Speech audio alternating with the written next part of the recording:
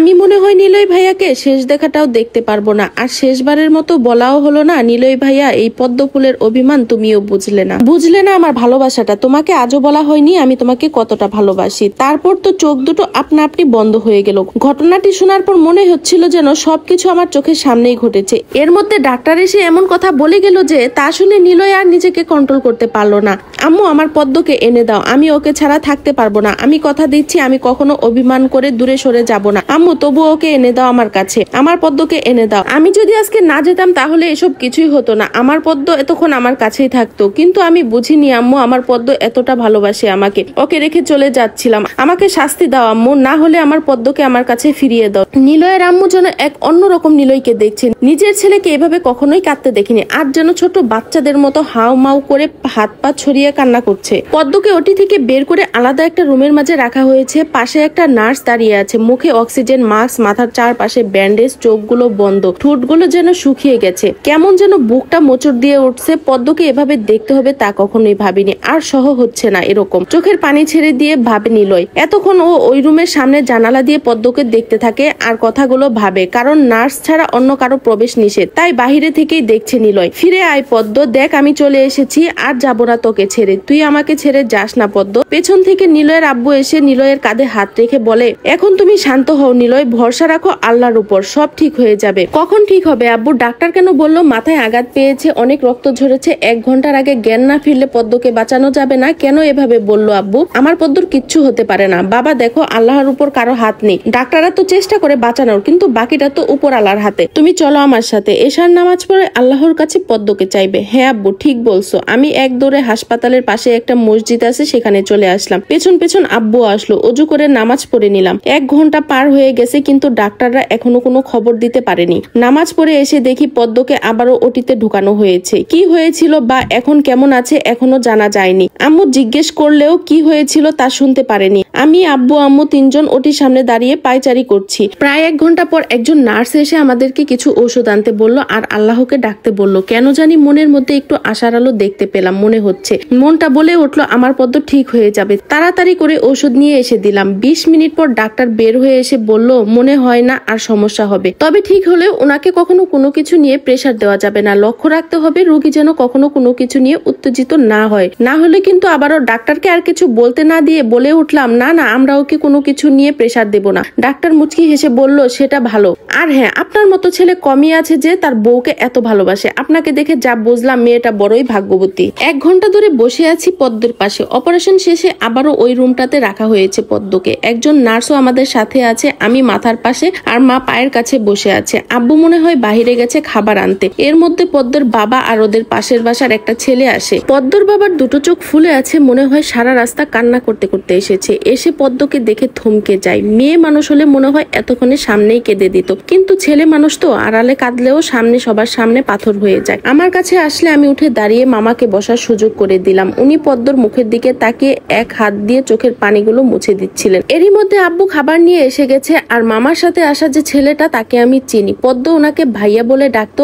আগেও দেখেছি মামা বাড়িতে গেলে। ও আমাকে এক পাশে ডেকে নিয়ে বলল, চাচা সারা রাস্তা কাঁদতে কাঁদতে এসেছে ভাই, আর আমাকে শুধু বলেছে জোরে চালাতে। বৃষ্টির কারণে আমাদের ওইদিকে রাস্তাও খারাপ ছিল, যতটা সম্ভব জোরে চালিয়েছি। আমি বললাম, কে বলেছিল আপনাদের? কে বলেছিল যে তা জানি না। সন্ধ্যার আগে চাচা আমাকে গিয়ে বলল, পদ্ম অ্যাক্সিডেন্ট করেছে, তাড়াতাড়ি বাইক বের কর, এখনই যেতে হবে। যেমন ছিলাম তেমনই, শুধু বাইক বের করে তখনই বের হয়ে এসেছি। অনেক তাড়াতাড়ি এসেছো। কথাগুলো বলতে বলতে মনে হলো পদ্ম হাত নাড়াচ্ছে। আমি দৌড়ে গিয়ে পদ্মর সামনে বসলাম। আস্তে আস্তে চোখ খুলে আমার দিকে তাকিয়ে একটু হাসলো। ইতিমধ্যে নার্স গিয়ে ডাক্তারকে খবর দিয়েছে। ডাক্তার এসে আবারও পদ্মকে দেখে বললেন, এখন একদম ঠিক আছে, আর রোগীর সাথে কম কথা বলবেন। জ্ঞান ফেরার পর পদ্ম একে একে সবাইকে দেখলো। ওর বাবাকে কাছে ডেকে জিজ্ঞেস করলো মায়ের কথা। মায়ের কথা জিজ্ঞেস করতে ওর বাবা বলল, হ্যাঁ ভুলেই গেছিলাম, তোর মা মনে হয় অপেক্ষায় আছে, আমি কখন ফোন দিব। আসতে চেয়েছিল, কিন্তু ওকে নিয়ে আসতে গেলে অনেক সময় লাগতো, আর তুর্য অনেক জ্বালাতন করতো, তাই ওকে রেখে এসেছি। ওকে বলা হয়নি এত গুরুত্বর কিছু হয়েছে। আমাকে তো তোর শ্বশুর বলেছে ছোট্ট একটা অ্যাক্সিডেন্ট হয়েছে, এখানে না আসলে তো জানতেই পারতাম না। পাশে থেকে আব্বু বলে উঠলো, কিভাবে বলতাম এতটা, আর এরকম বললে তো আপনারা কি সহ্য করতে পারতেন? আসতে পারবে কি এতটা পর? তখন নিজেই তো অসুস্থ হয়ে যেতে। পদ্ম সবার সাথে কথা বলল, শুধু আমার সাথে ছাড়া। আমাকে দেখে একটু হেসেছিল, আর কিছুই বলেনি। সবার সাথে কথা শেষে একে একে সবাই বের হয়ে গেল। শুধু আমি এক পাশে দাঁড়িয়েছিলাম। সবাই চলে গেলে ওর এক পাশে বসে পদ্মর এক হাত আমার হাতের মধ্যে নিয়ে বললাম, আমার পদ্মফুল কি এখনো আমার উপর অভিমান করে আছে? পদ্ম আস্তে আস্তে উত্তর দিল, তুমি আমাকে ছেড়ে যেতে চেয়েছিলে কেন? আর অভিমান করে থাকলে কি তোমাকে আনতে যেতাম? আমি একটু হেসে আমার পদ্মের কপালে একটা ভালোবাসার পরশ এঁকে দিয়ে বললাম, আর ছেড়ে যাব না গো, আর যেতে দিলে তো যাবে। একদিন পর পদ্মকে বাড়ি নিয়ে আসলাম। কাল রাতে আব্বু আম্মু আর মামাকে বাড়ি পাঠিয়ে দিয়ে আমি একাই থেকেছি। আজ মামা বাড়ি গিয়ে মামিকে নিয়ে আসছে। এতক্ষণ নিলয়ের থেকে কাহিনী শুনলাম, এখন পদ্মর থেকে শুনবো। বাড়িতে এসে সবার সাথে দেখা করে নিলয় ভাইয়াকে বললাম, হাতটা ধরো উপরে যাই, কিন্তু উনি সেটা না করে আমাকে সবার সামনে কুলে তুলে নিয়ে গেল। এটা কি করছো তুমি? কি করছি মানে? সবার সামনে কুলে নিলে যে?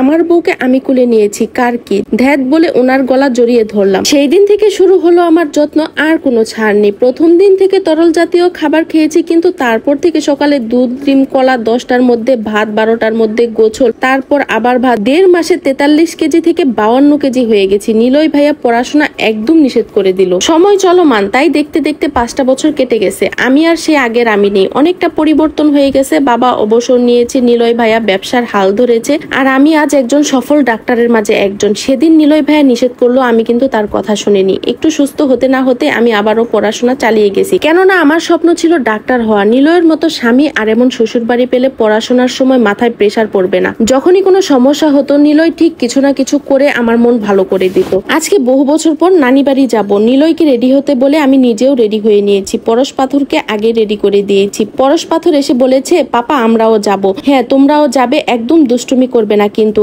না আম্মু, একদম দুষ্টুমি করব না। এই হলো আমার যমজ ছেলে মেয়ে, বয়স 2 ছুঁই ছুঁই, আদো আদো কথা বলে, দুজনে একদম বাবার মতো সবকিছু ধৈর্য নিয়ে করে, শুধু মাঝে মাঝে একটু দুষ্টুমি করে, আর আমি বকা দিলে বাবার কাছে বিচার দেবে। আমি রেডি হয়ে ওদেরকে নিয়ে নিচে নামলাম। বাবা মাকে যেতে বলেছিলাম, কিন্তু বাবা মা গেল না। নানু বাড়িতে আসতে আসতে বিকেল হয়ে গেছে। রাস্তায় খুব একটা জ্যাম ছিল না, যার জন্য তাড়াতাড়ি আসতে পারলাম। সেই যে এসেছিলাম নানু বাড়ি, তারপর তো আর আসা হয়নি। আমি যেতে যেতে সবাই তো আমার গাড়ির কাছে দৌড়ে আসলো। তুর্য পরশ পাথরকে এসে জড়িয়ে ধরলো। মামাকে দেখে ভাগ্নে ভাগ্নি দুজনই খুব খুশি হলো। নিলয় গিয়ে সবার সাথে কথা বলছে। সাইডে দাঁড়িয়ে থাকা একটা মেয়ের দিকে আমি 1 পা 2 পা করে এগিয়ে গেলাম। বয়স প্রায় 5-6 বছরের মতো হবে। খুব চেনা চেনা লাগছে মুখটা। তারপর মনে পড়লো প্রায় 3 বছর আগে ফোনে ছবিতে দেখেছিলাম এই মেয়েটাকে। এখন অনেকটাই বড় হয়ে গেছে। হাতে আমার দেওয়া ব্রেসলেট। এই হলো অবনী, আমার দিকে ফেল ফেল করে তাকিয়ে। আমি এগিয়ে গিয়ে কুলে তুলে নিলাম। পেছন থেকে সুপ্তি এসে বলল, অবাক করা কাণ্ড যে, যেই মেয়ে নাকি বাবা দাদি ছাড়া কারো কোলে ওঠে না, সে আজ তোমার কোলে উঠে বসলো,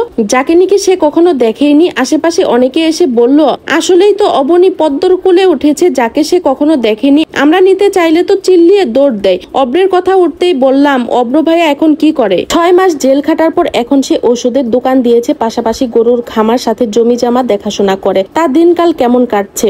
আগের থেকে ভালো গো। আগে তো চরিত্র নিয়ে অনেক ভয়ে ছিলাম, এখন সেই ভয়টা নেই। মেয়েকে অনেক ভালোবাসে। আমি হেসে উঠলাম। অবনী আমার গলা জড়িয়ে ঘাড়ে মাথা দিল। আমি ওকে কোলে নিয়ে সেই দিনের সেই ধান ক্ষেতটার দিকে এগোলাম। সেই দিন এসেছিলাম সকালে, আজ আসলাম সন্ধ্যায়। তবে একটাই মিল আছে, এখনো সবুজ ধান ক্ষেত। চারদিকে তাকাতে তাকাতে এতগুলো বছরের স্মৃতিচরণ করলাম। আনমনে একটু হেসে উঠলাম। আমার সঙ্গ দিলেন নিলয়। কই থেকে যেন এসে আমাকে জড়িয়ে ধরে বলল, অব্রের মেয়েটা কিন্তু বেশ মিষ্টি দেখতে। চলো না আমরা আবারও একটা পুচকে নেই। এই দুইটারে সামলাতে আমার 12টা বাজে। আবারও প্রেসার দিচ্ছ? এই না, একদম না, আমার কিন্তু আর পুচকো চাই না। নিলয়ের ভয় পাওয়া দেখে আমি হেসে উঠলাম। একটু পর নিলয়ও হেসে উঠলো।